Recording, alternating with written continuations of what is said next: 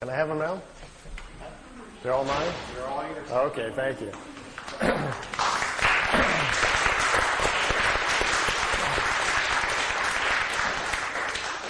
Well, it's nice to be back at Shift with all you fringe people. I kind of enjoy that. I never knew exactly what Shift stood for, so now that I know that it's fringe folks, I feel right at home. I got in. Someone asked me a while ago how I got involved in UFOs and what was the interest, and I had to. My mind kind of jumped back real fast. I was standing on the Great Wall of China. So you can do a lot of things and find out a lot of information. And most importantly, you can communicate or send signals directly to creation, the creative source, which is an infinite number of spirit forms just like ourselves, who we all have evolved to the point where they know how to create and run universes. And you sometimes will get answers back. What's the importance of this? This enables you to find truth for yourself. The ultimate learning system. If you have questions about yourself or life and you know the proper symbols and can open the doorways, these things are available to you. Well, imagine Billy, after sitting in this seat, at 7 years old, all this comes back to him. All the language comes back to him so they can communicate with him. And then he steps outside of the craft and is sent back home. He's standing in a forest, 7 years old, out in Switzerland. Craft disappears. He goes back home. For the next few years, his education continues. They challenge him to remember things that have happened to him in his past and so forth, all about himself. So he has a very interesting childhood. Now, most of us, when we're 8, 9 years old, we're working on spelling between the lines and figuring out, 4 times 3 and so forth and doing our painting projects. Billy made it through the 3rd grade. And at that point, one part of his mind was still learning math at the local school, and the other part of his mind is being crammed full of all these very high, sophisticated technical things that they want him to learn. As well as he can't sleep because at night the dream state is so serious and all the stuff that's flooding into his head that we have a very confused young boy here. So he didn't finish his education. Instead, he quit going to school. His parents weren't paying much attention, so Billy would leave the house in the morning, go out into the forest, be left alone, sit down in the forest by himself at 10 years old, go into his meditative state. The stuff would start flowing in. He got educated in the forest. Billy has not lived a life at all like the rest of us. He's never had a driver's license, never owned a car. He's really never even gone into town. He's been living out in the country his whole lifetime. Then at the age of 16, something very interesting kind of happened. On his 16th birthday, the voice he's used to hearing all the time, he thought would come in to wish him happy birthday, was getting very familiar with it. Instead, the voice changed, and it was another voice came into his head. It was a female voice that said she would take over his education, and now it was time to do some serious work. Let's leave home, the voice said. The voice told him to go to India and start studying, that they would direct him where to go.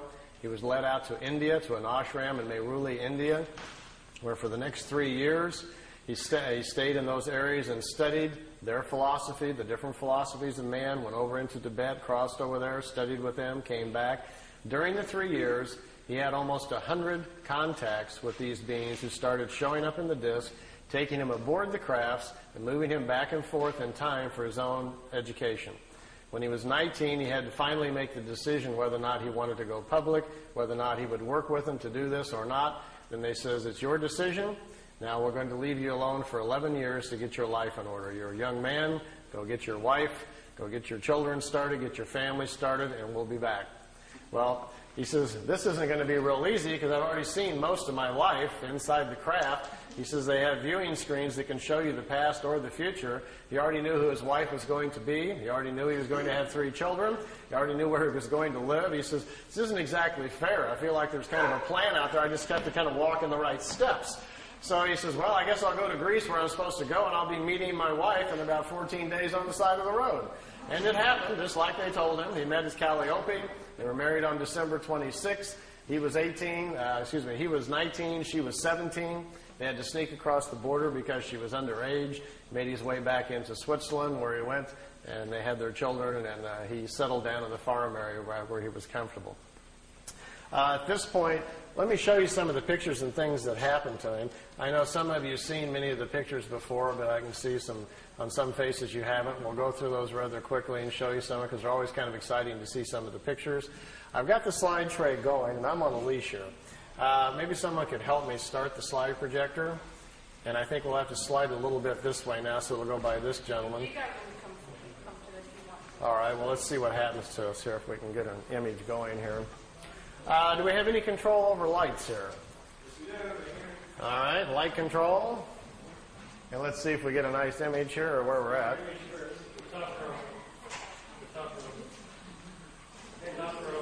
Top row up above.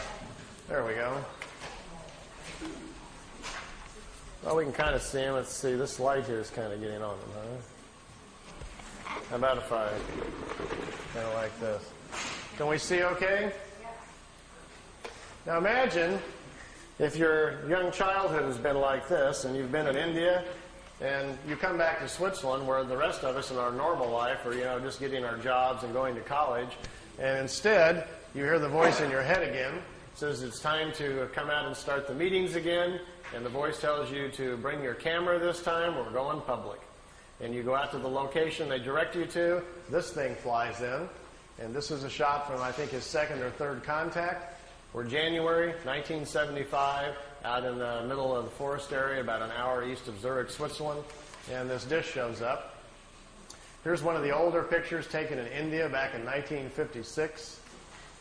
Mehruli. He's only 19 years old, and they're picking him up in this disc and trying to educate him. This is his home where he lives now in Schmidruti, Switzerland. It's about 7,000 feet up in the hills. I took these. I stayed there for several months in the summer. Every night after dinner, I like to climb up on top of this hill because it's so pretty and just look out over the valley. You know, I found, well, I kind of lost count, over 15 people in the area and who live there who have seen the disc, seen them come in by accident. So found 3 people who've driven Billy out to the contacts, watched the crafts come in and pick him up. And then one night I got to see them myself. I asked Billy if I could see them, and they came by and let me watch. I got to go out in front of the house and stand there with him and watch the disc come in and float over the house. So it's pretty spectacular when you actually see them. Here's one of the few pictures we have of it on the ground. Most of the contacts were during the daytime. They were going on almost on a weekly basis. Billy would get this familiar cooling sensation. He'd hear the voice in his head telling him where to go. He'd go out to the area that they'd chosen. And many times they would set the craft down on the ground like you're looking at here. They'd get out of the ship, sit down and chat. I think, to me, one of my most memorable memories of him telling me about the contacts was at the first meeting on January 75. A lady stepped out of one of these crafts, came over and sat down. They talked for an hour and 20 minutes underneath the tree. And Billy asked the lady, he says, "Who are you?" She says, "Well, my name, you can call me, the name that I chose for myself is Semyazi." And she says, "Semyazi, how do you spell that, or what does it mean? Is that a family name?" She says, "No, we don't have family names like you do. We don't pass the names on like you do. We've quit doing that. Instead, we've evolved to a point spiritually where we are more in touch with who we are as a spirit. We understand our incarnation cycles better. So we choose names which the name identifies the path of discovery we are on and the type of education we're working on during this lifetime. And in our language, the sound, Semyazi with a Z, means a woman with half the knowledge of nature.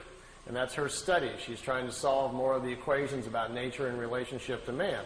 Well, Billy was trying to make his notes and was trying to write it down phonetically how the name sounded to him. So he wrote it out, Semyase, Semyase. So all of his notes, that's what he always called her, but that's how she called herself. She said on that first meeting that they've been watching this for quite a period of time. Their race is quite old. They are descendants of people from the constellation Lyra. People from the constellation Lyra. In the constellation Lyra, they say, is the oldest known form or civilization of the human form that we are. They don't know how old it goes back. Their records only go 22 million years, passed down from society to society. In our Milky Way galaxy, originally it is believed that there were 44 million planets similar to Earth, where the human form naturally evolved there on its own.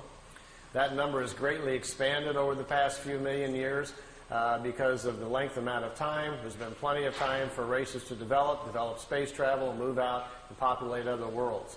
The ancient Lyrians from the constellation Lyra apparently did this a lot, populated thousands of different worlds, and because of their seeds, we have a large human population, they say, in our galaxy. The history of Earth goes something like this. The ancient Lyrians came here the first time back about 22 million years ago. None of them stayed here.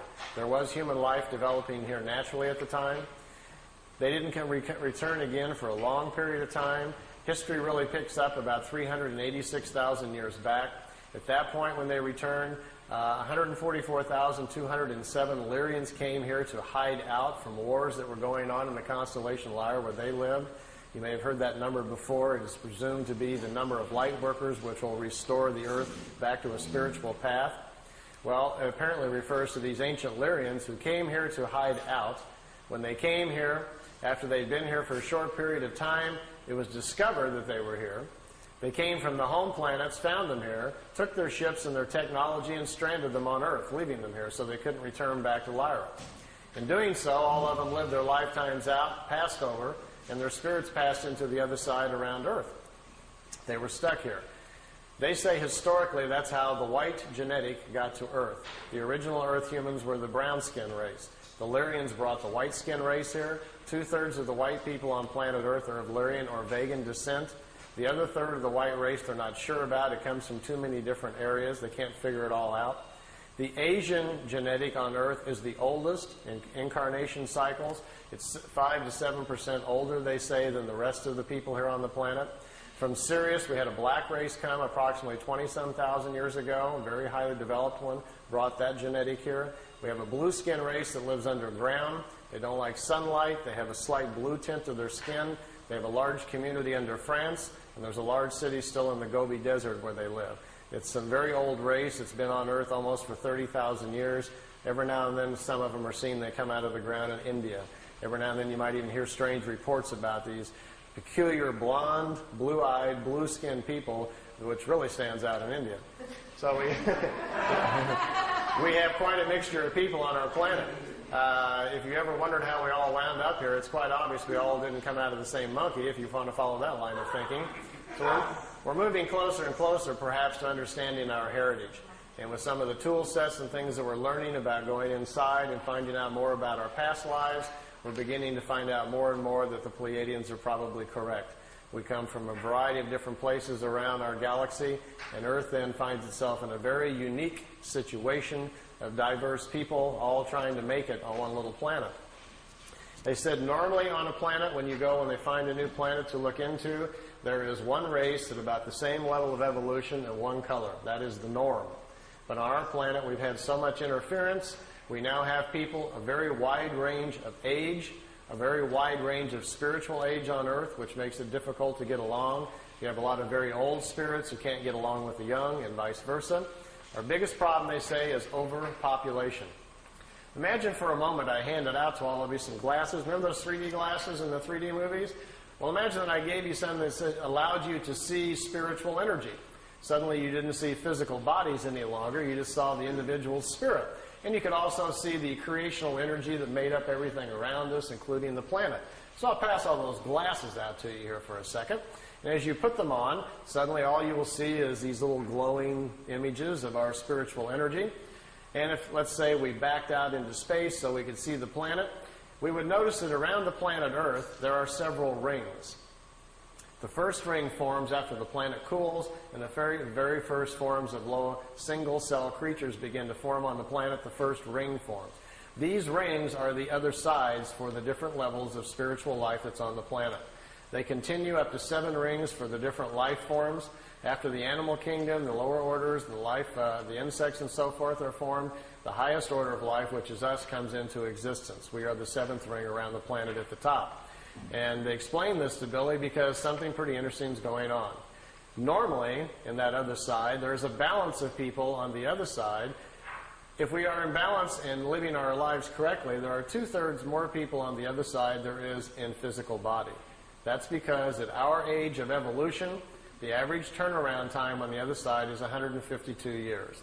And if people are living 70 to 75 years, then they spend twice as much time on the other side in between lifetimes before they cycle back in and come back into physical life.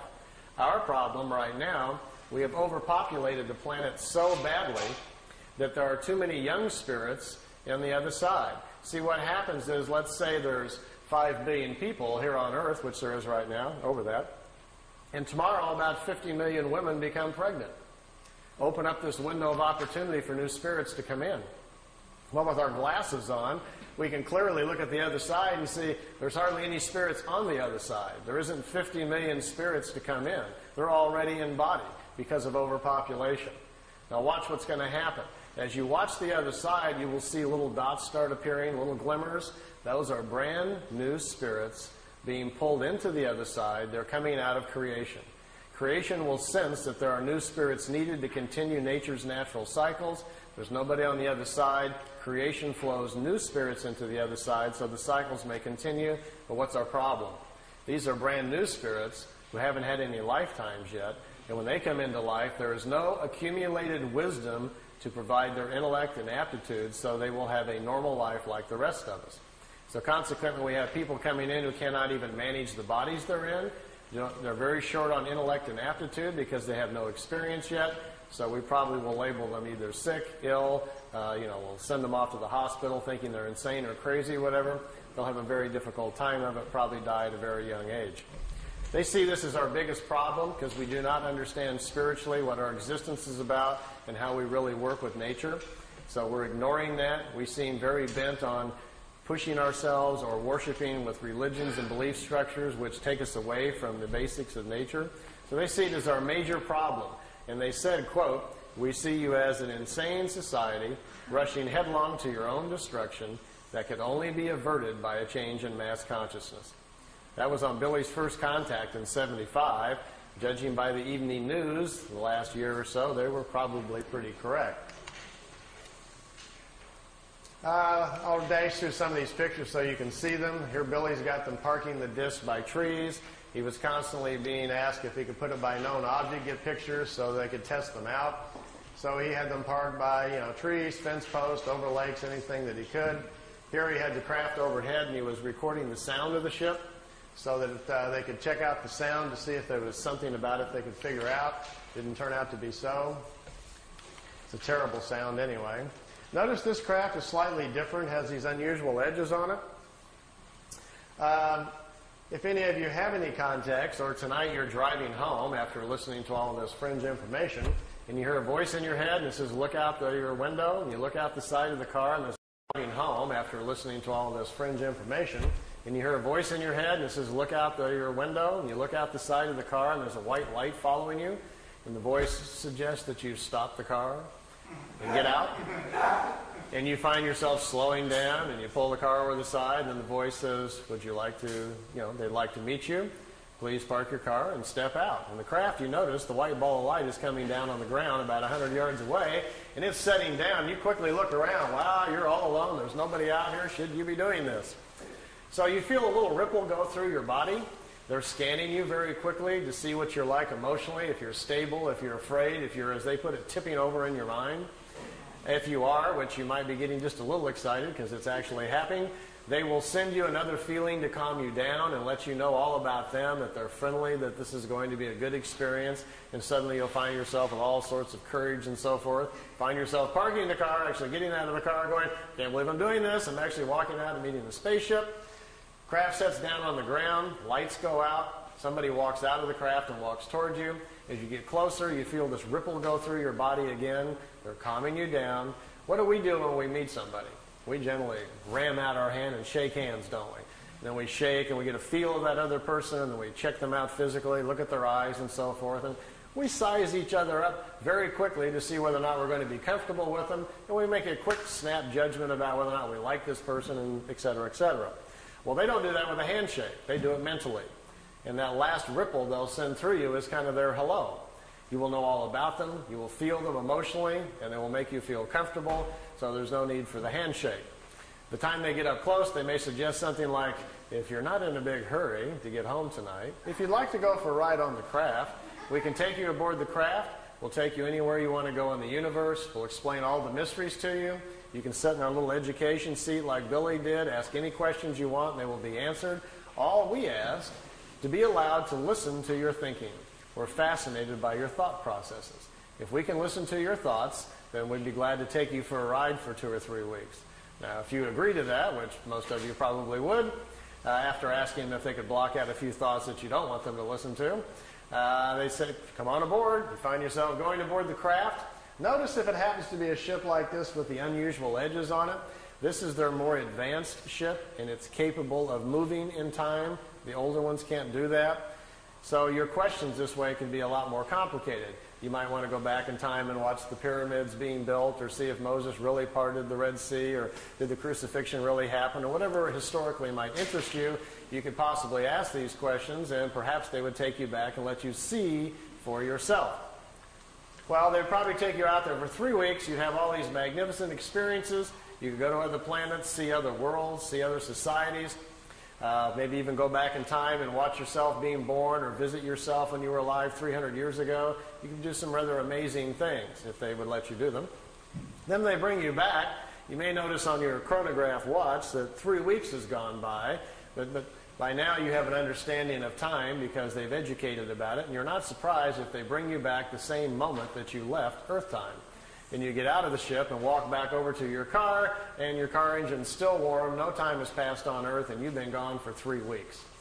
Now you get in your car and drive home. What's the first thing you're going to do? You're going to get on the phone and call us, aren't you? You're going to call somebody. You won't believe what happened on the way home from the shift meeting tonight. I've been out here, I've seen this. I've gone here, I've seen all these amazing things. And what are we going to say? Oh, yeah, sure. All that happened right on the way home, right? You got any proof? You haven't been gone, 20 minutes, so we're not going to believe a word that you say. If you're lucky, maybe they allowed you to bring back some samples of some kind, rocks or something from another world. Maybe you brought back some food things we don't understand. Billy has a peach tree in front of the house he brought back from another planet. When visitors come over there, they go eat a peach just to see if it tastes different. He has some unusual vegetables in his garden. On the desk in his office, he has crystals and rocks and stones that he brought back from another planet.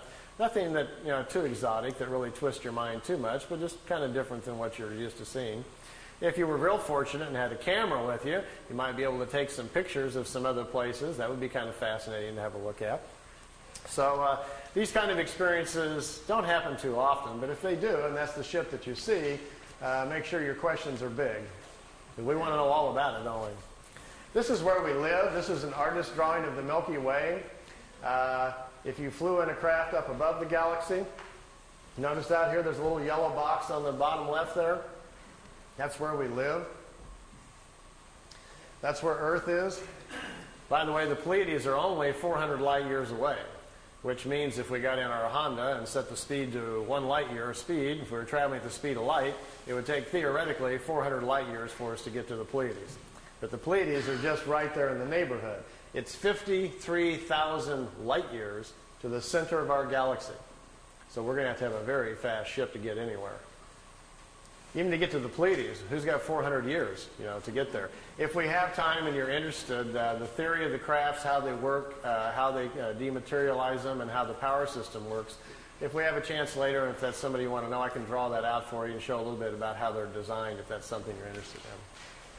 This is what our galaxy looks like from the side. It's a spiral galaxy, similar to most other galaxies. It's a very normal one.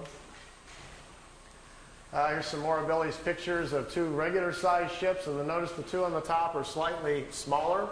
These are remote vehicles. They're in our upper atmosphere, hundreds of them all the time. When you talk to people that claim that they're having visions or ideas, or they think they're psychically connecting with the Pleiadians or the Arcturians or something like that, in most cases it's with these little remote discs. They pick people, 20, 30,000 of them at a time, and they broadcast visions and ideas to people. They're generally never from Orion or Arcturus or Sirius or whatever like that. They find out that people are far more interested in listening if they think they're making a connection with a far-off ET than they are with a metal disc that happens to be a mile over their head. So understanding our mental capacities, these little remote discs fly around the planet quite oftenly, sending out their ideas and visions you pick up in sleep and listening to your thought patterns. They're intrigued with our thinking, they say, because they've discovered that the average person on Earth can live 75 years and spiritually only grow 6 or 7 months. They look at us as a spiritually dormant planet, that our lack of understanding about nature and how things really go make us more of a study than anything else. We are so misled, they say, by all of our belief structures and things that exist on our world. The time we survive through our kindergarten grades, our schooling, and our early years with our parents who mislead us, not on purpose, but they do because it's how they were taught. By the time we get to be 10 years old, there's so much stuff in our head that we can hardly get life straight. Well, you all know how that works. You can't wait to get out of the house and go out, and what happens? By the time you're 30, you run off and go to an S meeting or something to figure out what's wrong with you. Then you maybe go to a psychiatrist, or you come to a fringe meeting like this, searching for answers. We're all trying to figure it out, aren't we? And usually about the time you get to about 40 or so, you kind of getting a handle on everything and figuring life out. By the time you're 50, you got it nailed, but then, you're going downhill, and gee, you wish you'd have known all this when you were 18. So our problem is we just need to live a lot longer, don't we? If you did have a craft at your disposal and they picked you up, you might want to go visit some of the other planets. Here, Billy took a picture out the window. Right here is the top of a disk right in front of him, and there's another one up here. There was 3 craft. They took him to Venus, let him take a few pictures. They took him up to Mars, let him see that. They took him up to Jupiter, let him see the red spot, and brought him back. It took 2 hours and 35 minutes for the trip. Here's another picture out the window. This is a blow-up. When the pictures were being taken back, and most of these were shot in 75 and 76, by the way. The pictures, the agencies, the CIA, and most of the intelligence community were very fascinated by this when it was going on. This is actually a computer blow-up. It's a process picture. It's been digitized back in the 70s by a CIA office in Zurich, Switzerland. They were trying to understand the propulsion systems or learn something about them from these things. And this was one of the pictures they chose. Billy really didn't get that close to the ship. It's just been enlarged and filled in. But it makes a very dramatic-looking picture. For those of you who might be slightly scientifically oriented, let me give you a crash course. See this bar right here? This is a very important factor in what makes this ship work. This craft basically doesn't produce what we would call anti-gravity. All matter is comprised of atoms. Follow me on this. It has electrons and protons. We have electrons spinning around a nucleus, right? So the concept is that anywhere you would go in our atmosphere or in the universe, anywhere you go, there are atoms or subatomic particles that have electrons. Well, as long as you've got electrons around, one of these things will work. This device actually is designed so it will swim within electrons. That's what it's doing. Here's what happens. Down at the bottom, right here in the center, we have a reactor for power.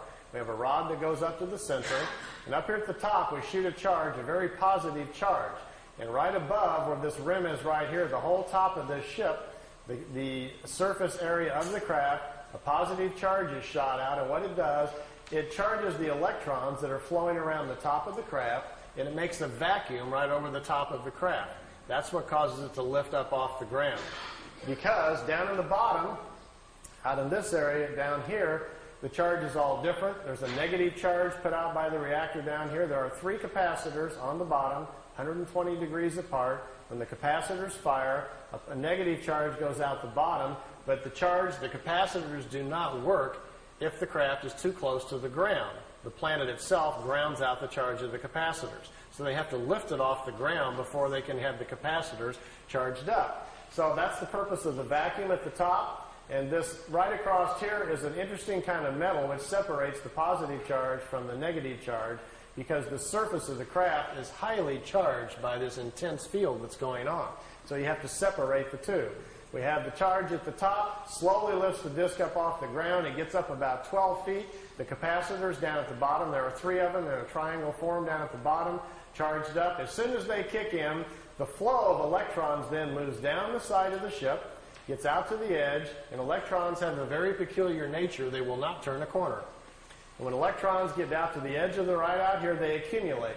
And this accumulation, as soon as the charge gets high enough and they accumulate to a certain point, a field goes all the way around the craft, and that's what you see glowing at night if you see a disk. When the field gets up to a certain frequency, voila, we've got propulsion. The ship is then isolated within its own gravitational or magnetic field, and at that point, basically, the bottom of the ship is chasing the top of the ship, which is in a vacuum. And you've got a way to move a craft around. Now, if you accelerate that with a tremendous energy force they have within the reactors inside, which, by the way, are no bigger than the size of a football, it's an implosion system with no radioactivity. You can put your hand on it while they work. They're very small. That creates a strong enough energy field that you can move around anywhere you want to go. So if you're thinking of building one, by the way, the more of the science stuff, how to create the charge, the voltage that you need, and the other things are on a website I put on the web. If any of you are interested in that, I'll give you the address later on. You can dial in and read the whole thing, and perhaps you can build one or something. If you do, bring it to the next shift meeting, and we'll all go for a ride. You know. This is Billy's some landing tracks. You can see them down here, the 3 landing tracks where the craft sit on the ground. It's kind of reminiscent of crop circles, isn't it? Here Billy's got his tripod out in the foreground, and the crafts are off in the background. Here we've got a regular size ship and 2 little ones again. Those little remotes. This is a different kind of craft. It doesn't sit down on the ground. It floats. The bottom of the crafts are flat. Burns the ground up pretty good, though. There's one at night. It wasn't a solid craft. It was just more of an energy field. Billy took several pictures of it. We have about 20 witnesses that also took pictures of this. It changed shape. Small objects came out of the large one, flew around the house. Billy tried to communicate with it, but communication wasn't possible. Later he was told that he had been paid a visit by a group of life forms, if you want to call it, from another world that do not exist in solid form. That there are many kinds of life in various shapes and forms, and some of them are non-physical.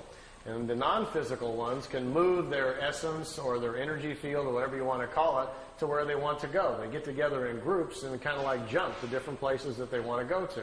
Kind of like biolocating, I guess we might call it. And what you're looking at here is a picture then of a life form that exists in a non-physical form that biolocated to Earth for whatever reason, perhaps just curious about Billy. These are the last photo sessions taken in 1981. Billy's got them pretty trained by now to park by trees, as you can see, and known objects. He calls it the Italian wedding cake. The balls on top of it were experimental. They apparently have since dropped that design and no longer needed, but this is a matter displacement device. They first acquired the knowledge to transmit, or you might say teleport their crafts on their very large crafts first, and then they're downscaling the technology here to the little ones. There's also a movie film of this coming in and zipping around the tree that he shot at the same time. And here we are coming in around behind the house. How would you like this to come floating through your back window? You look out and here's coming down in front of the house. That's where Billy lives in Schmidruti. Like they say in Men in Black, some swamp gas reflected off of Venus, and you got to. Well, as you can see, this is why this case has been about the most controversial in UFO history, because with these kinds of things to look at and talk about, it gets everybody pretty charged up. And here they are leaving at night, taking off from the house. The film imbalance causes it to look gold. The craft is actually silver. Here you can see the bottom of it, what looks like some sort of crystalline objects down at the bottom with some sort of etchings all around the circumference. Okay, we'll stop right there. Okay, we can have the lights back on now. Everybody kind of watch your eyes.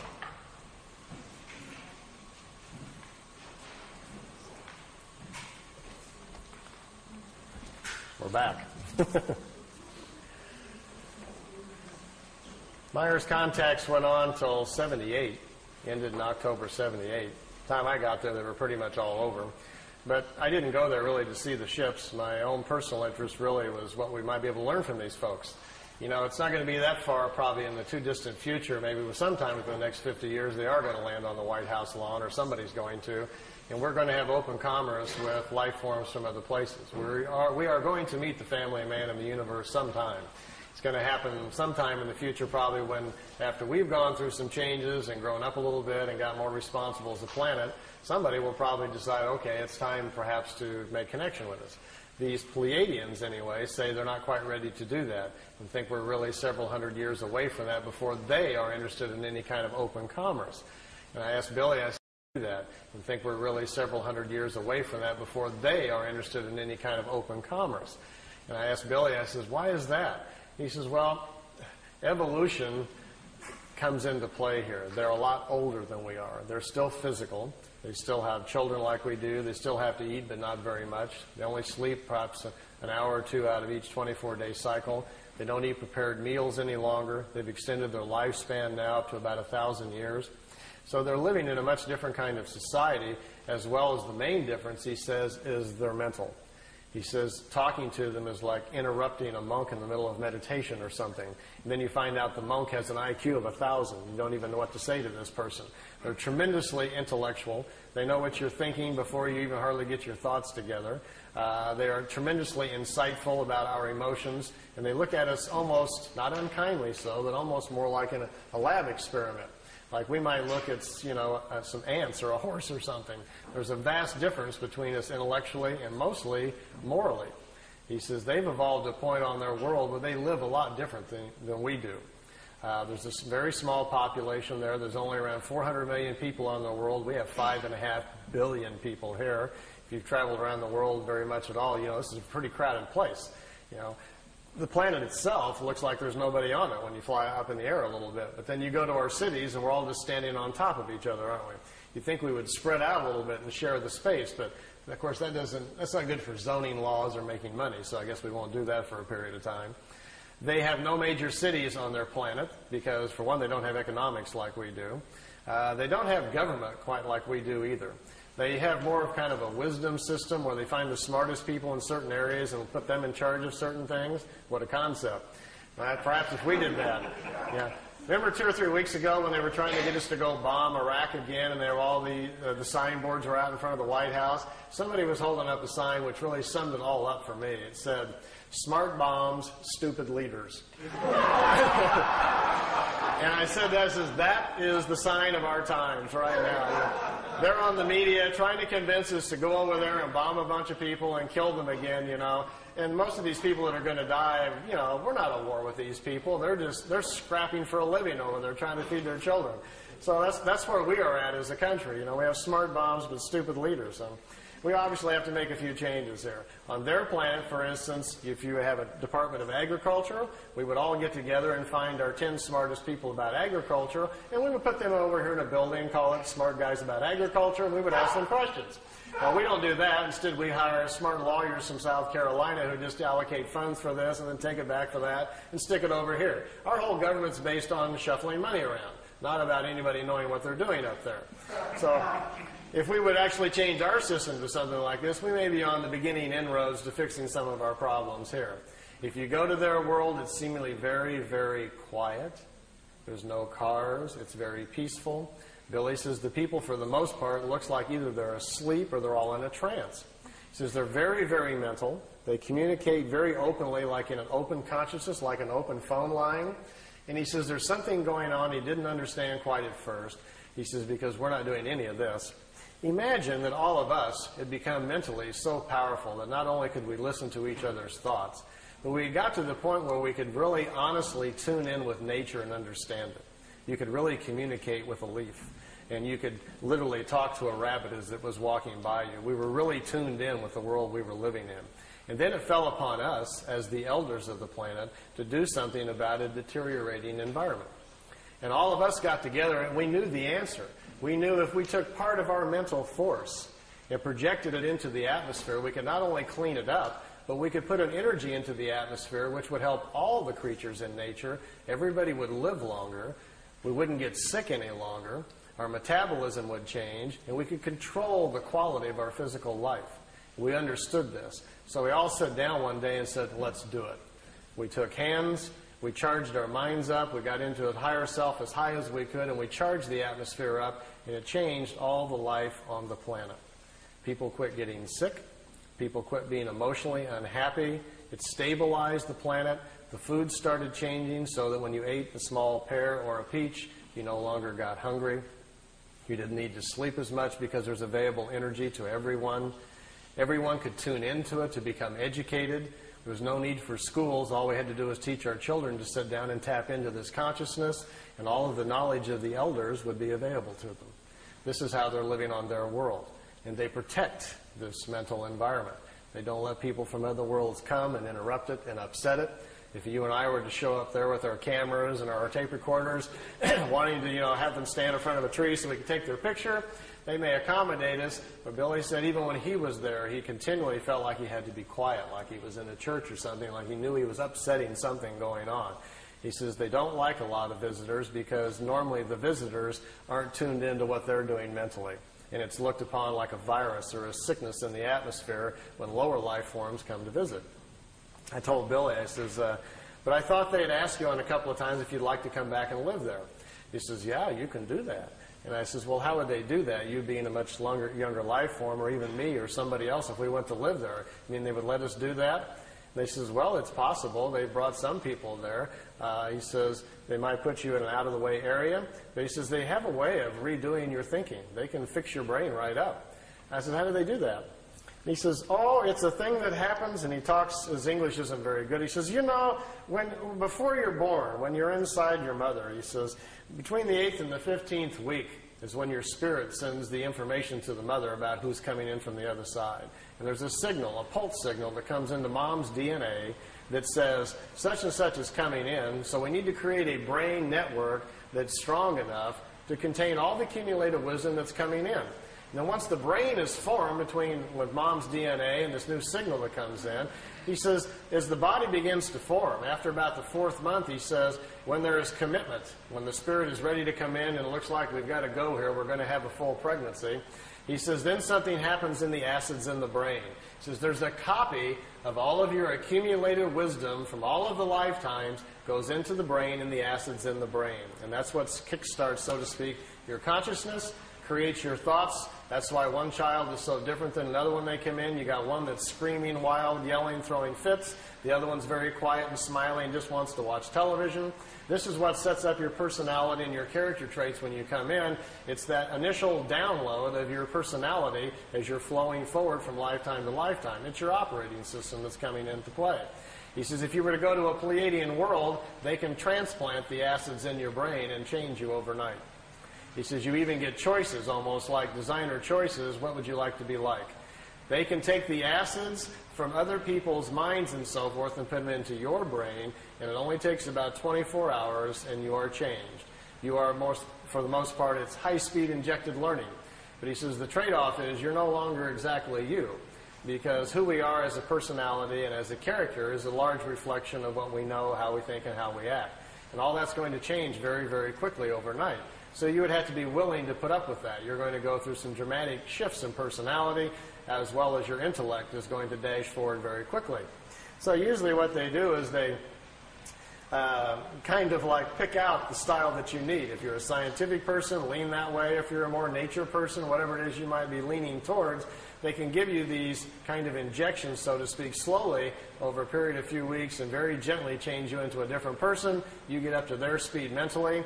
And the nice part, he says, is as soon as you pass over, finish that lifetime, it carries forward. That wisdom forward. That wisdom carries forward into your spiritual self. They'll teach you how to do it. Then your next lifetime, it sticks. So you've, in effect, kind of taken a shortcut in the evolutionary cycles and skipped a few lifetimes down the road. So there are potential shortcuts. It is quite possible to do that.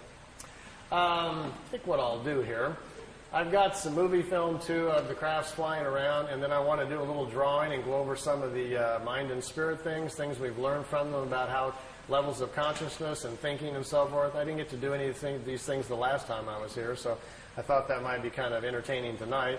But before we get to that part, any questions you'd like to ask about ships, Pleiadians, landings, anything else? Anybody got a question about anything you want? I'm open to ideas. Hi. Hi. What kind of contact have you heard is still happening, say, in the last year and a half or so? And are you still in contact very much with them? Well, I was at like 86 or 90. All these pictures were taken 75 through 78. The last photo session you saw, that last ship was in 81. After that, he has had a few sporadic contacts, but not much of anything. In 80, when I was over there, Billy told me they weren't coming by anymore. He was not having any more contacts. He would have what he called social calls, where every now and then he would feel them in his head, or they'd talk to him in his head. Or you might see the disc over the house for a few seconds. They would just kind of check in on him. But the organized, ongoing contacts for his education and our benefit were all over. They weren't going to do that any longer. They'd stopped doing that part. While I was there, I did get to see ships a couple of times. In the last 2 or 3 years, the people that live there at the house with Billy say that he's had a couple of more contacts, and they've been written down in notes. I've read them. Frankly, I don't believe them. I don't think they're written by Billy, for one thing. I think people around the house who have more of a vested interest financially are trying to proliferate the contacts. Billy, no one's met Billy. You wouldn't know if he wrote it or he had not. No one would know unless you understood him and his personality and what he's really like. A sad situation has kind of fallen in over in Switzerland. We have a group of 24 people who own the rights to Billy now. They have since 1984. It's an organization called the FIGU. I was a member for 3 years. The FIGU is in charge of all of the information. Billy doesn't read the mail or do anything anymore. He's just not that healthy. They have got into a situation where they have discovered they can make money by selling the information. And now it's $10,000 for a franchise fee if you want to start a FIGU study group, and $680 a year for members to pay dues to mail over to Switzerland. And when they found out they could get into that and money started coming in, things have shifted. So we have a situation where the human element has come into play, and we don't have this warm, cozy little spiritual environment over in Switzerland any longer that used to be there 10, 15 years ago. So it's become kind of a machine now. It almost seriously borders, I hate to use the word cult, but they've gotten so closed-minded about things that it's going that direction. They're no longer open to other people's interpretations. They're mad at everybody, and it isn't a real healthy situation any longer. I kind of gave up communicating a couple of years ago. All I was doing was getting into arguments with people. Either they're mad that I don't come over anymore, or they're mad I wrote a book, or they're mad I'm doing this or that. And it's not why I went there to begin with. I was just a traveler on the road, stopping for my own personal experience and education, much like you go to the pyramids or the Great Wall. You go to benefit yourself and to learn and keep moving on. And they were mad at me for stopping in and moving on. I resigned from the group in 1990. I wasn't mad at anybody. I just didn't want to be part of this group attitude any longer. I started getting nasty phone calls just because I would talk to other people or they didn't want me doing this or that. And I said, this is getting really out of hand. I said, I'm not a follower type, quite plainly. I'm a road traveler. I'm a troubadour, if nothing else, or a vagabond. So you got the wrong guy to try to control and put the screws on. So then they sent me like a 5-page contract to sign that I wouldn't talk to anybody. I'd only do what they told me, and blah, blah, blah. And I just kind of chuckled and laughed. I said, last-ditch effort of a desperate group. So I made a nice videotape, sit down in the living room, thanked him very much for the experience, but resigned from the group, and thanked Billy for the experience, and I haven't been back over there since. So I'm just still going down another road, still looking for things. Anything else you want to chat about? I did at Billy's, and they were in such an unusual way that it sounds pretty strange. I can't do it on my own. When I was young, my mom was part of what was called the National ESP Board in the 60s. We had a guy named Harold Sherman, Little Rock, Arkansas, was teaching the government what ESP was. My mom was one of those 5 people they brought in that was clairvoyant, and underneath it all was the government trying to see if we had these unique people who could see what the Russians were doing or whatever, My mom could see what was going to happen tomorrow. She couldn't see beyond that, like short-range, clairvoyant type. And because she could do things and was very into it, at an early age, my mom taught me all about the crystals and floating things and where the different areas of your mind are. So I knew a few things when I got there. And Billy recognized that right away. And when he did, he says, how much do you know? And he sat down and we began to talk, and I found out he knew a lot more than I did. But I understood the basics of it. So he says, try doing this. And he would give me some mental gymnastics to do with symbols to see how strong I was. And then I would get in the pyramid to try it to see if I could cause things to happen and so forth. Well, I got to a point after a little while that he would say, well, I'll meet you tonight. You go to bed, and I'll give you the symbol to use, and I'll meet you, and we'll go aboard the craft. He says, okay. So I would go do my breathing things I was supposed to do, and I would invoke the symbols and lay down, do my thing, and get into my blank mode. Then I would hear his little bitty voice, hello, Randy. And the first couple of times it happened, I jumped up. I thought he was at the door. It kind of spooked me. But he wasn't at the door. He was up there waiting for me. Billy gets out of his body as easily as you and I walk out the front door. He gets out of his body, and then he came to get me. And after I didn't do it right the first few times, and I got onto it, then next thing I know, I'm on board a craft, but it's like you're a fly on the wall. No one talks to you, addresses you, and I would watch Billy communicate with them but no one ever would look my direction. I never felt anything. I was strictly there as an observer. And I don't know how he actually did it, but I can't do it on my own. I never got to go out on a craft all by myself physically or anything, but I had months of experiences like that. And mostly I was told the reason that they would do that, without having gone through the early childhood of opening up the spiritual language in my mind, they said that most of the people on the planet who are of that old Lyrian genetic are older than most of the other people. And if they are, buried inside them already in their spiritual side are the old memories of the Lyrian lifetimes. And as Lyrians, they've already lived on worlds that are far more advanced than the one we're on right now, so it'll come to them easier. So they said all I really needed to do was be exposed to the ideas, and the whole chapter would come back to me. So that's kind of what happened.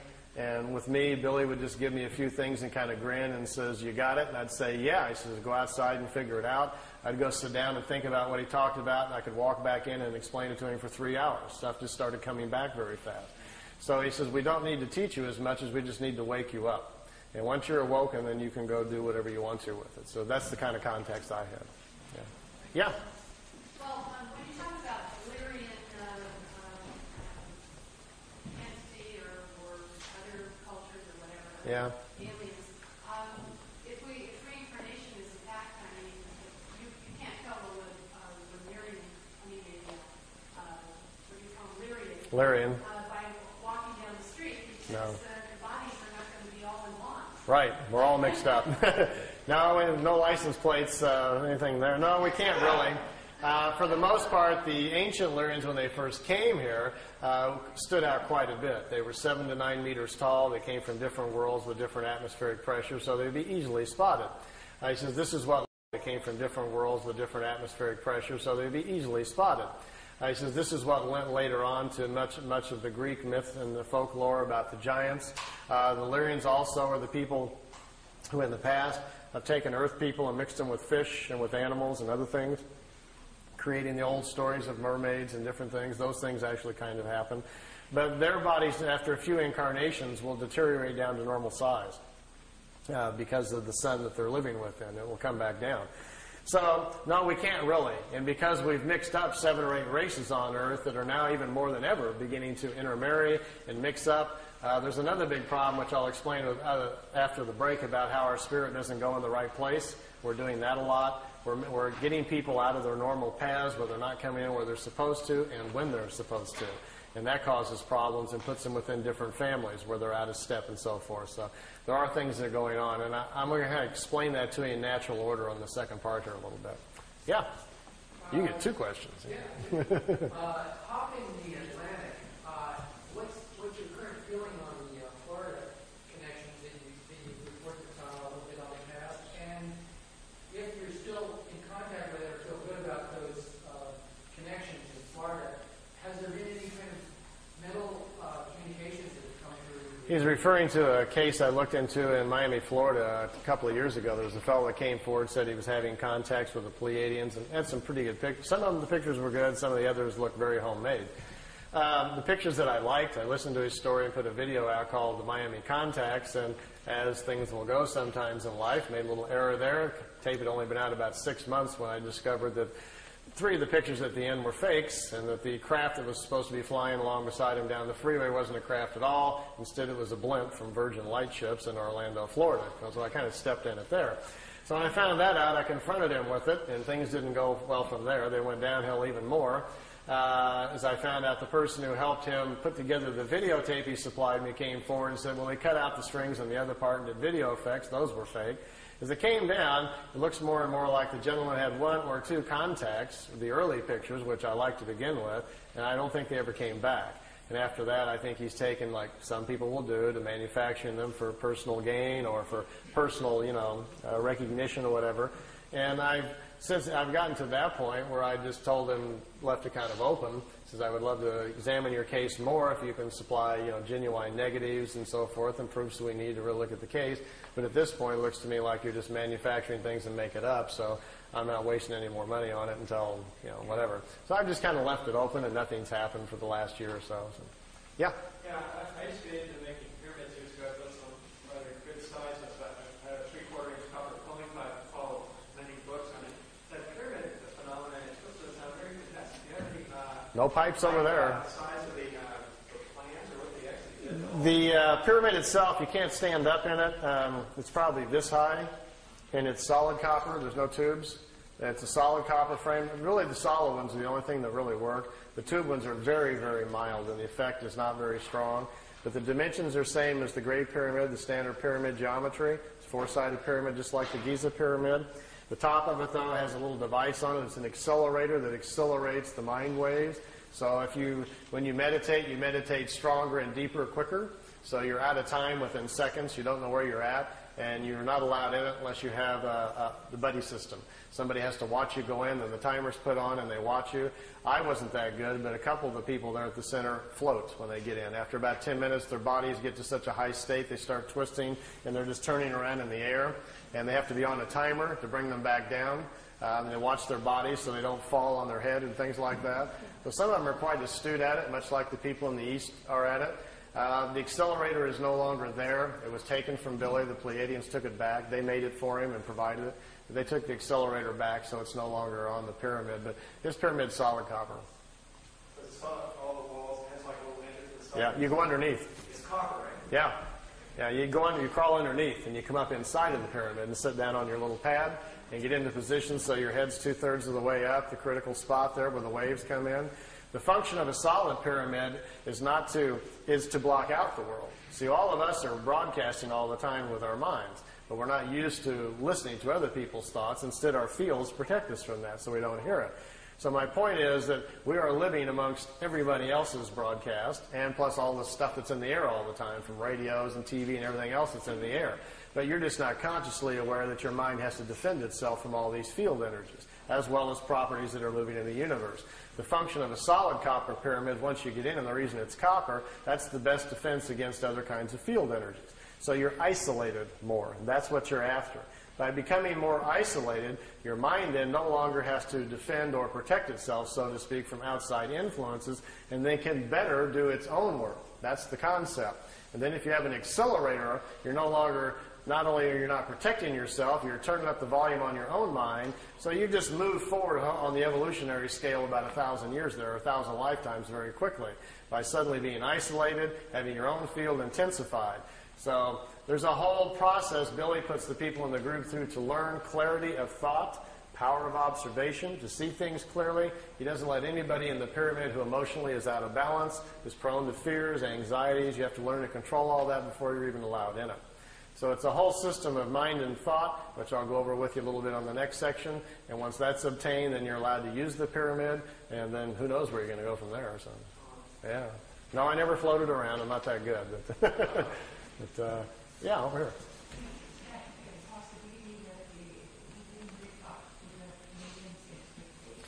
They said that they were, after the third year, they told him that expectations were 32%. That's about where it was at. The contacts were stopped because Billy's health was failing rapidly from trying to control the group around him, which was getting very out of control. Once the people around him learned what was going on, it settled in on them, the levity of what was happening. This concept of being special set in on too many of them, where they thought they were better than everybody else and they'd been handpicked somehow for the planet. And that thinking got carried away and the group just got very out of control. And at that point, they says, we stop at this point. It no longer serves our interest. So to them, in many ways, and they told Billy throughout the 3 years, that much of this is a test to see how people will respond with open contact with us. We'll have physical contact with you. The people that live around you, we will not have physical contact with, but they will be made to know it's for real. We want to examine what happens to the human condition when it tips over, when reality steps in and, takes over your current thinking. And most of the people at the center did not do very well. The original people all became, like, as Billy calls them, pit vipers. All snapping at each other, jealousy, infighting, arguing. Suddenly everybody hated each other, fighting over money, who's sleeping with who, and it became a real nightmare. So Billy was like, stop, stop, stop. This is becoming a madhouse, and then at that point they stopped it. It went a lot longer than expected. Let me show you something. See these tapes? This is Billy's whole 3 years of meetings. There's stacks of paper this high, all of his notes. I took them and put them all on audio tape. This is the whole 3 years of his meetings. and they're in chronological order. As you listen to the tapes, it will tell you, even after about the third or fourth meeting, already they were considering stopping because they could see that it was too fragile for people. He says, we can only take this so far. So they decided to kind of test it out. And all along, all throughout the contacts, they were always very concerned about that.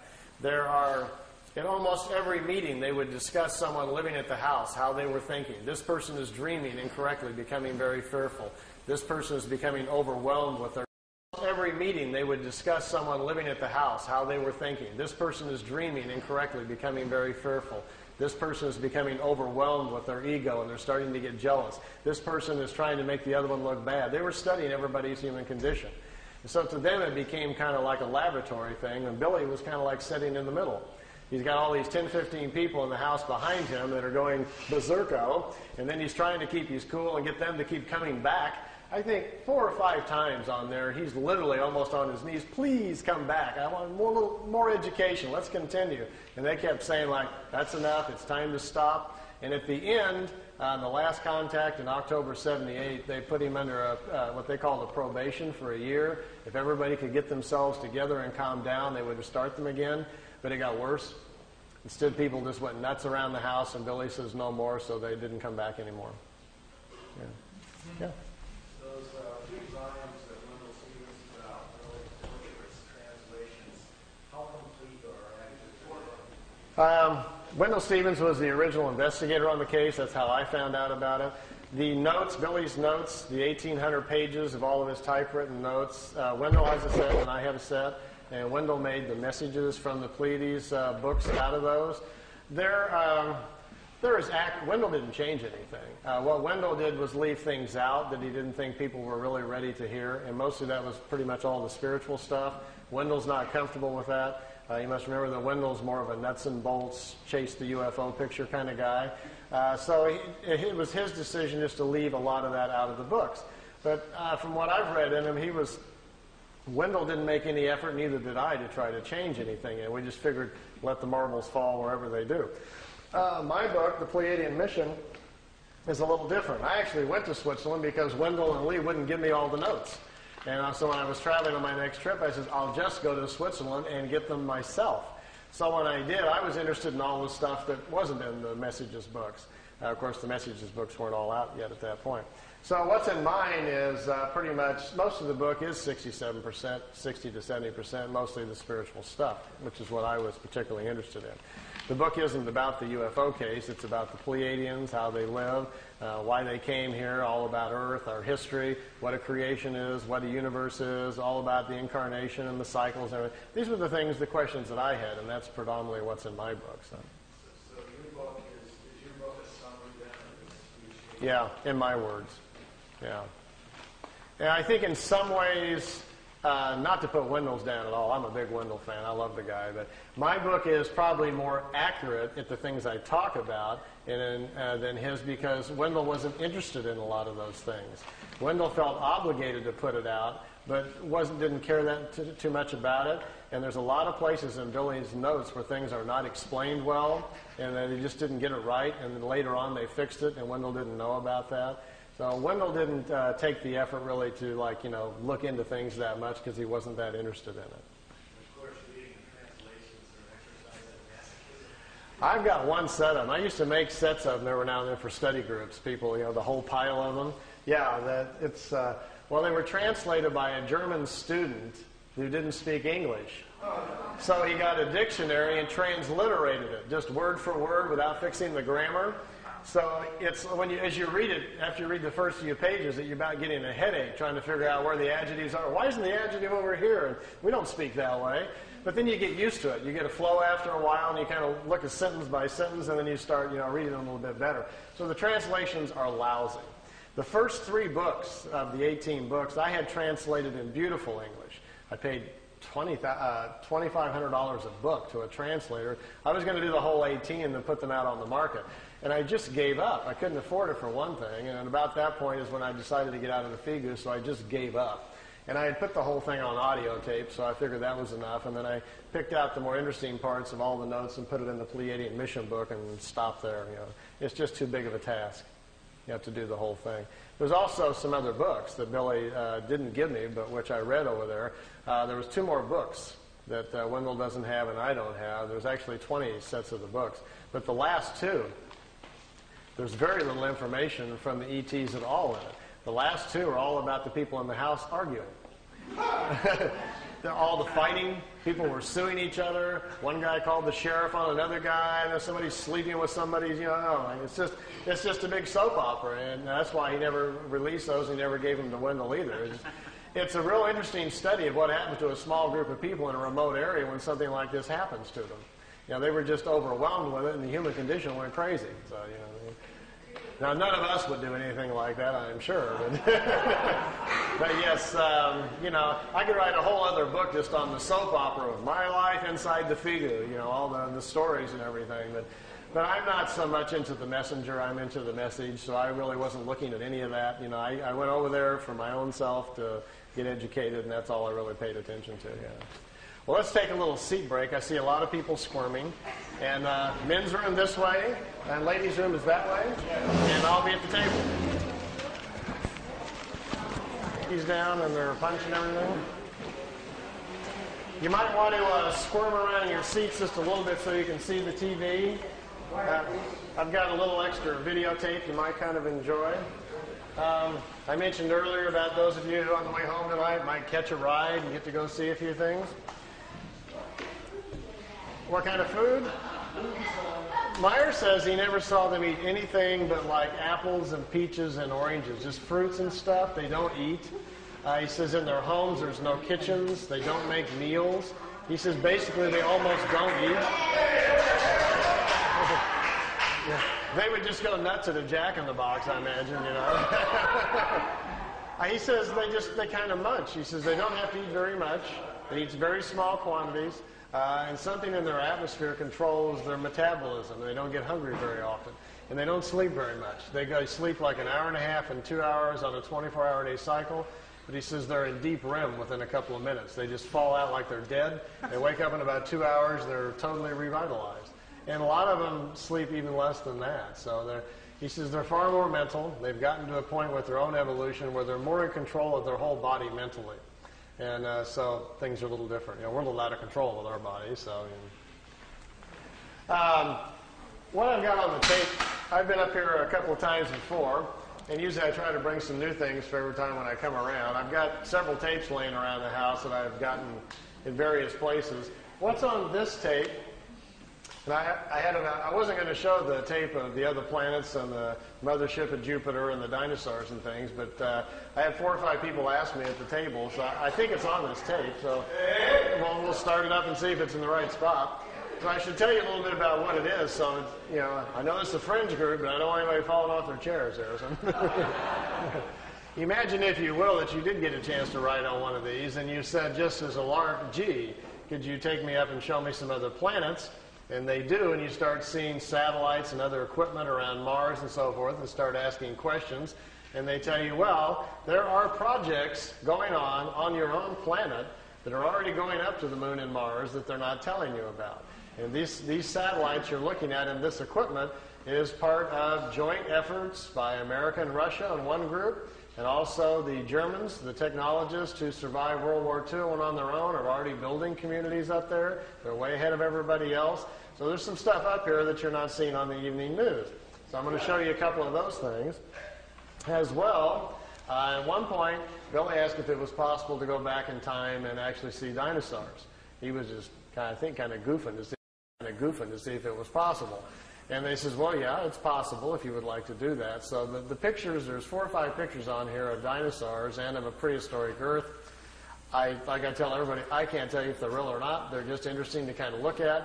He says he went back in time to a prehistoric planet, that he actually got out of the ship and saw prehistoric creatures. He got back in the ship with his camera and took some pictures of them. So those should be on here too if I've got the tape anywhere close to the right place. And then I brought with me, which I haven't shown in quite a while, just for you to see. It's a few minutes of the crafts flying in and zipping around a little bit. There's several different segments, and we can look a little bit at that. And then I want to go over some of the mind and spirit things. Last time I was up here, we talked about doing like a workshop on the weekends for people that were interested in more of the spiritual stuff. And we're thinking about doing one this Saturday, but that's not working out. So I'm going to go over a little bit tonight about what we do at the workshops, and I'll give you a taste of what we'll do. And then for those of you that are interested, we'll get together with Charles, and we'll come back up this summer sometime when we can get it organized. And then we'll do it on a weekend. We can do it 1 day or 2 day. If we do all of it, it takes me 2 days just to get through everything, if there's enough of you that are serious about doing it. I have my own copper pyramid that Billy made for me that we use in groups, and I'll teach you some meditations, and I'll teach you some of the mind things, different areas of your mind, how to use the symbols and find them. So it's kind of fun stuff if you're interested in following that kind of path. As well as we'll go over some things about the universe and how our cycles or incarnation, how the rings are formed, and we'll have some fun with that and try some things. So we'll do a little bit of that tonight. I'll go over it just a little bit. So let me see where I'm at on this tape and see if I'm anywhere close to where I want to be. Oh yes, here's Venus. His first flight around our solar system. Here's a picture of Mars.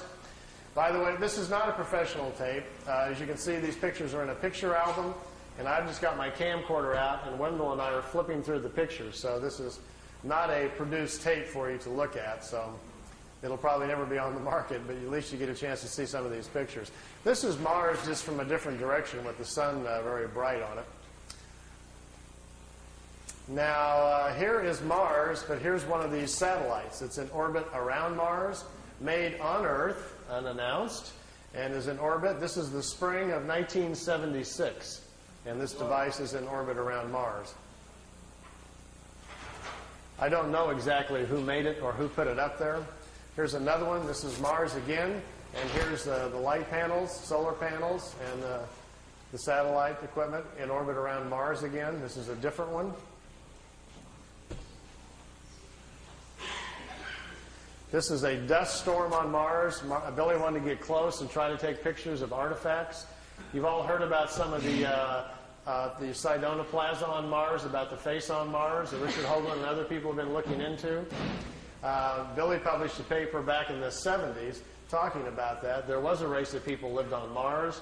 They had a terrible catastrophe about 186,000 years back. At the time, there was about 40 million people killed on Mars, and they're all gone now, of course. So there were societies there, and we will find quite a few remains of their civilization once we get up there. Here he's on board one of their large motherships. This is the side or the edge of a saucer that was parked inside as he was walking by it. Here's Jupiter. Here's the mothership in orbit. They're flying into it to go aboard. It was 17 miles high and about 10 miles in diameter. He spent 3 days on it. They went to different places in our galaxy to show him around. This was the craft that was right in front of them as they were flying into it. He took a picture of that one. Here, again, is back at Mars. These aren't in any particular order. Here's another object in orbit around Mars. And look, here's an American flag on it. So there's a couple of things that they put up there that the military's put up that we don't know about. This is a picture of Billy in a suit. He's on a prehistoric planet to see the dinosaurs. He's got a breathing apparatus on. This is a Pleiadian man. And they've stepped outside of the ship so he can see the animal life on this prehistoric world. Got his picture taken, too. That's pretty good. This jumps back here to, remember the Apollo-Soyuz hookup, us and the Russians back in '76? Billy asked him if he could go up and watch it. They said, okay.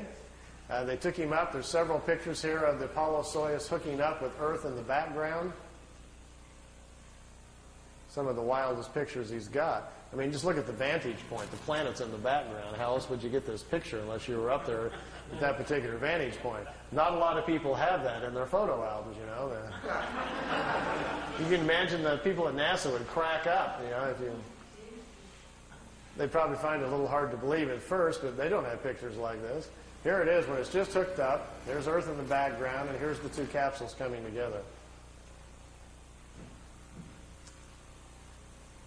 This is the top of the mothership. There's windows, but there was nobody in the windows as they came into it. We really missed out here. Billy shot, he said, 3 or 4 rolls of film inside the mothership, talking to people and going up and down the halls and so forth. He lost all of the pictures. They were all stolen from him. We've only got 2 or 3 of them left, and they're really practically nothing. This is a prehistoric Earth. They're back in time. That's Earth in the background. That's a moon in front of Earth, and he's looking over the surface of another moon. At that point, they told him there were 2 moons in orbit around planet Earth. We think we're about 60 million years back. Here's another picture over the surface. Neither one of those moons is currently the moon that's in orbit now. The moon that's in our orbit now, they say, has only been there around 5 million years. Look at this one. This is another piece of equipment in orbit around Mars, and it's huge. It's like a space station. And it's in orbit around the planet. It's also from Earth. We haven't heard anything about that, have we?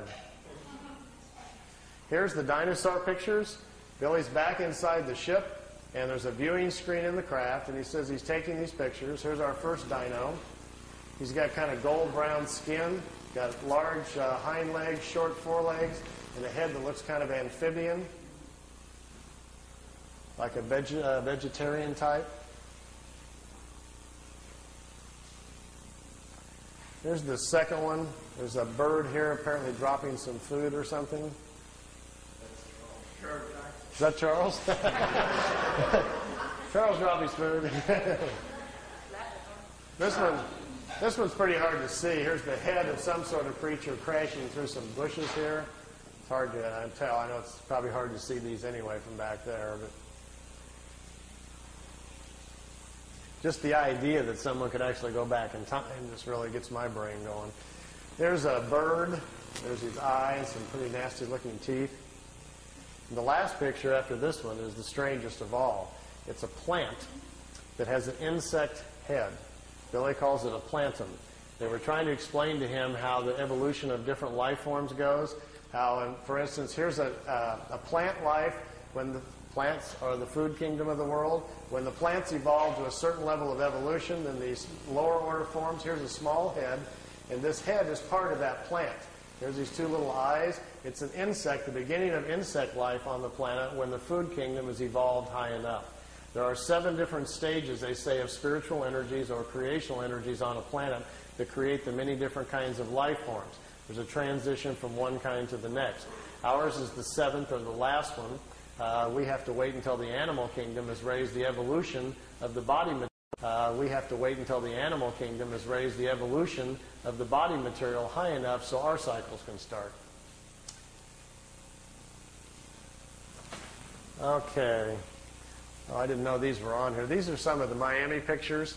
Some of the ones that I didn't put on the tape because I'll kind of go through them here. Here's the kid in Miami. His name is Manny Escondon is his real name. He's taking notes. Here these discs came in. His girlfriend took the pictures. These are flat-bottom discs. They're made on Earth. They're called Vril discs, V-R-I-L. They're manufactured down in Brazil. They also have a factory down in New Schwabenland in Antarctica. There's another picture. There's a news copter came in. Look at the first 3 discs. When they see the copter, they start to turn invisible or put their shields up. And the first 3 crafts, they go out in a series, are just becoming invisible when he snapped the picture. It was taken with a Polaroid at a 30th of a second, so it caught it right in the end of going out there. These discs were designed by German technology in the late 40s. The first ones we know of that were tested out were probably around 47 or 48. They're called Vril levitation devices. As you can see, they actually fly quite well. Notice the nice V formation. Being typical earthbound Air Force pilots, they're still flying in formation. We understand this technology a little bit because intelligence has shot down some of their ships, learned how they're doing it. And when you hear rumors about how the Americans are building flying discs, what we're doing is playing catch-up to the German technology that's been around since the 40s. Their technology has accelerated tremendously. They make 2 different types of levitation devices. That's what we're doing out at Area 51. We manufacture the devices in San Diego. They're put together by General Electric. We test them at Area 51. Here's the German disc parked down on the ground at a facility down in Brazil. Here's 4 guys standing next to it down there. There's a whole row of them. He couldn't count how many were down there. He had his Polaroid with him and grabbed a few short shots here. Over here's 2 guys here on a craft coming in. You can see the two guys standing here. And down here at the bottom, which I know isn't clear, is one of these old bell-shaped crafts. Many of you are probably not familiar, but there was a fellow named George Adamski back in 1962 who claimed to be having contacts with people from Venus. This was the craft he was taking pictures of. George's contacts were real, but he wasn't having contacts with anybody from Venus. The blonde-haired ladies that were inside the craft were actually from Brazil. That's where the crafts were flying out of. They've been making them down there since about 1947.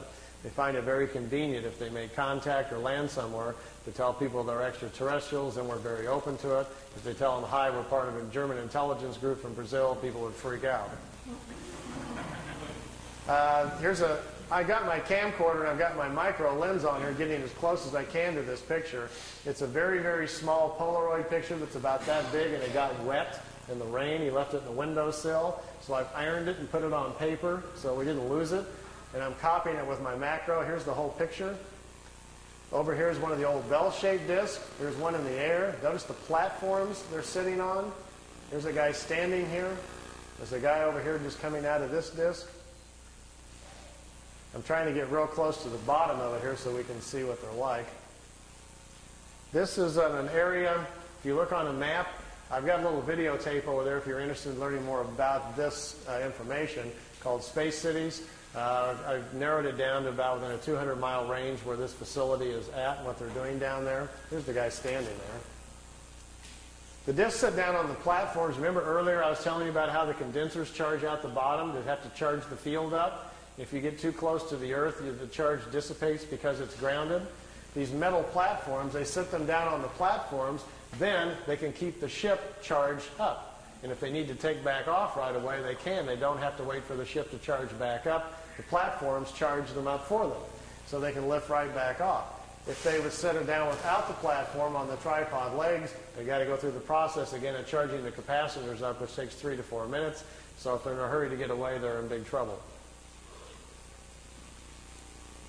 These old bell-shaped discs actually have 3 Mercedes-Benz truck engines in them, driving the magnetic field. This was their first design that they made. This was the first ones that the Germans built. These craft here were under consideration, and they were working on them in the end of World War II. When you hear about Hitler's secret weapon at the World War II, if you go back and look at the newspapers, that's what he was talking about. They were in hopes they would get these things up and working, and they would still have a chance then to win the war. Fortunately for all of us, they did not, or we'd all be speaking German today. Interesting side effect, too, once they finally did get them up and working, they made lousy war weapons because the field around them prevents you from dropping bombs or anything out of them. It ignites the bombs. So it took them a while. They don't even have weapons on them for a while, and then they had to come up with other kinds of devices. This was the first pictures I saw from the kid in Florida of his German contacts, and to my knowledge, I still think they're his best and perhaps his only contacts. I think he probably had a couple of contacts from these people. They came, they took him for a ride, it looks like on 1 or 2 occasions, and then perhaps they never came back. So we found this situation on several people around the planet, so it's not an uncommon situation. And this is from ET technology, but it was before 487. It wasn't ET, nothing to do with ET. It wasn't. No, just good old German intelligence figured it out. I can tell you where they got it. It's kind of a long story, but basically it came from German people who had traveled to India to study the concept of the Vril, the energy of the universe, and they were trying to figure out how to levitate their own bodies to move in time. And they came back and they explained it to people what they were doing in India, how they were trying to travel in time. And some German engineers tried to build a machine to travel in time, but when they turned the thing on and lifted up off the floor instead, they didn't time travel, but it floated. And they stumbled onto the idea of how to make what's called a Vril levitation device. We think they did that probably the first time and sometime probably around 25 or 27. And then the concept laid around in private circles for a while and then became a potential thing during the war and then really didn't happen until after the war. These are Billy's pictures, some of his early movie footage. We got a car going down the highway over here and the trees blowing in the foreground here, and here's the disc. They're trying to show him, you know, just allowing him to take some movie film of the craft. This is a few minutes long, so if you want to ask any other questions, feel free while it's running here. I'll just kind of let it run. You can see they float. The field around the craft that supports it The ship is kind of in its own self-contained environment, so it floats on the gravitational wave, much like a boat on water. And when they blink out, what is the technology there? They really don't go anywhere. They figured out how to make them invisible to our eyesight by controlling the frequency of the field around the disk. It's just a trick. They set the field up to a certain frequency. It bends reflected light. We can't see it. You and I don't see direct light. We see reflected light.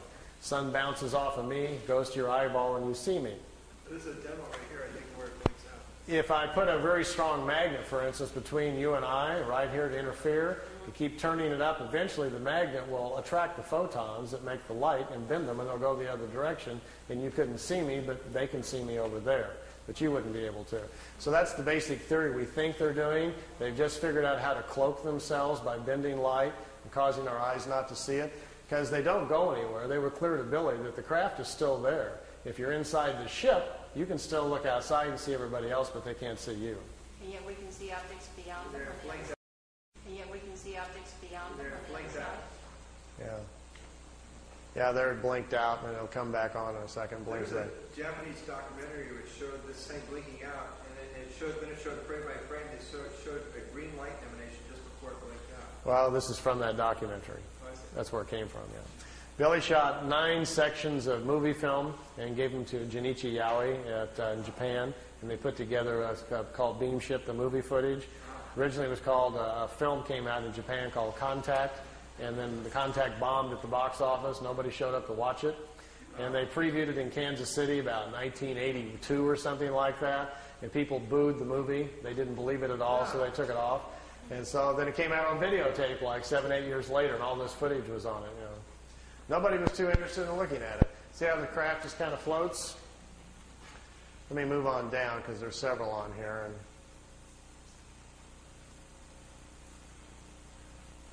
Billy's not really zooming in. He doesn't have a zoom. That's the Japanese cameraman excited. What you're looking at is Billy was in his living room showing this footage on his own movie projector, and the Japanese came over with their video camera in the living room sitting next to him, and they're taping off of his screen. So that's where we get this. Here's another section of it flying in. I'll kind of fast forward through some of these because I think it's kind of long. So. And how many ships can you look at, huh? This one's kind of cute because he's walking out in front of his camera, and he's trying to get them to perform some maneuvers, do something sensational for the camera, and they don't understand what he's talking about, and he will eventually get bored and just quit. You know. And there's the craft setting out there, floating out in the background.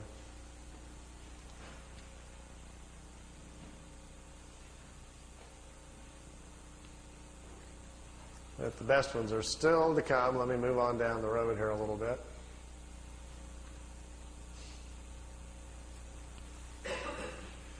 The ones that are made by the Germans or by anyone else on this planet, how far can they go?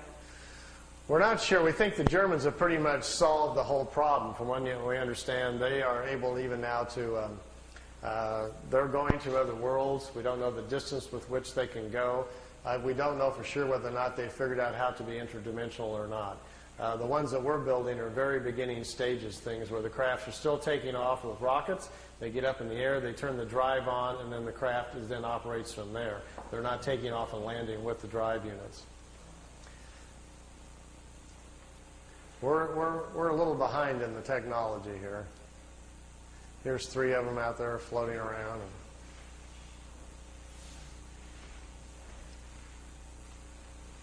Is anyone else in league with the Germans, not with the Japanese? You know, that's the curious thing. I think at certain levels of security, obviously, on this planet, everybody knows what everybody's doing. So it's at some point up there in higher levels, everybody knows what the Germans are doing, what the Americans are doing. We don't know. We're the last ones to learn about it. But I tend to think that the Germans have probably, I like this one, that races across and then wobbles. There is some cohesion, if that's the word, between America, England, and Germany, but I'm not sure exactly what it is. I think we've tried to get along with them at some point to get information from them, but the people in Congress know that the United States is not interested in having open contacts with a renegade band of Germans. Everybody's going to yell Nazis and scream, and it's not going to work. Are we dealing with the Nazis? Apparently not. After the war, they were very fragmented, separated, and went their different ways. The group that's building these discs, apparently, are the ones in Brazil, and the other factories over in Tibet, apparently have gone off planet, met ETs, and become very spiritual-oriented on their own quest, and don't hang out with the others any longer. So it's not really very clear, but I think in the future that's what's going to unfold, what we're going to find out, what's been going on the last 40 years here on our own planet.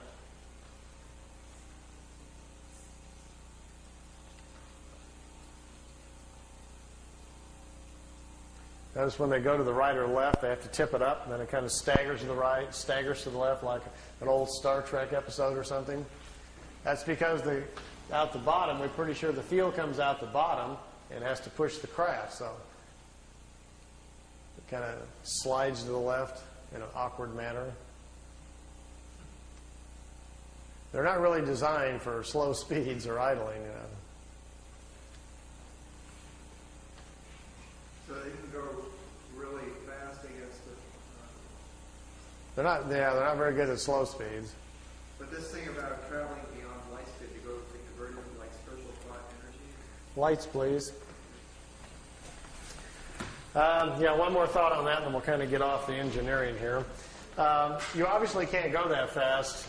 We already know there's something called the mass speed correlation theory, where we cannot accelerate any matter beyond a certain point and it implodes upon itself. That we already know. So even if I had a ship here today, we all got aboard for the price of admission tonight, we're going for a ride. We went out and got in the ship and got inside of it and punched the button to say, go to, where do you want to go? Let's go to the Pleiades and say hi to the folks. Well, we couldn't fly there in the ship. It would take, even if we went the speed of light, and we'd be going 400 years to get there, so we don't have that much time. So they have obviously come up with some methods to move the craft much faster. I've had a couple of talks with independent engineers that are designing things, for JPL and NASA on what their theories about it, just to see if they were thinking along the same lines at all. I says, how are you ever going to accelerate anything that fast? He says, well, you're not. What you're going to have to do is make it interdimensional. You're going to have to change it from a physical form to a non-physical form so it can move at the speed of subatomic particles. And when we do that, we're not sure what's going to happen. That's kind of what they're doing. They dematerialize the craft. It's converted into a non-material state that contains its own map or programming. And then when it's in a non-material state, it's no longer in reality, in the three-dimensional world. And once it's not there, it steps out into what scientists generally call hyperspace, which is another reality where material matter doesn't exist. And there, time is different. A single second in the timeless is equal to millions of years in reality. So you can benefit from that, like stepping into the fast lane. And then, if you have correctly included your mapping and parameters within your non-material state on where to go, you can zip up and down the universe then in hyperspace in a non-material form, going wherever you want, and the clock is standing still. They said the idea of folding space isn't real. It's a clever thought, but that's not really how you do it. Space is not being bent or folded. You're just changing your own essence to do this. So then you go to where you want to go, and the real trick is to be able to put yourself back together and stay within the same time frame. Because here's the clue. Once the craft is in a non-material state in this hyperspace, if the particles that you are now existing in slow down, you come back in time. You'll re-enter in the past. If you accelerate the particles relative to the speed at which they started with, you move forward in time. And think about this. If a single second is equal to millions of years in reality, it would take very little of a change for you to slip off millions of years. Get lost real good. They said that the universe is literally full of beginning time travelers learning these concepts. That these secrets are very closely guarded because to understand them also begins to unlock the matrix of the universe and gives you access to knowledges which is very, very dangerous. So they don't teach anybody this stuff. They say they guard it very closely. It's too dangerous. They being ETs. Yeah. It's not healthy to learn, and they say until people earn their own responsibility with it. Okay, I got a little drawing board here. It's great.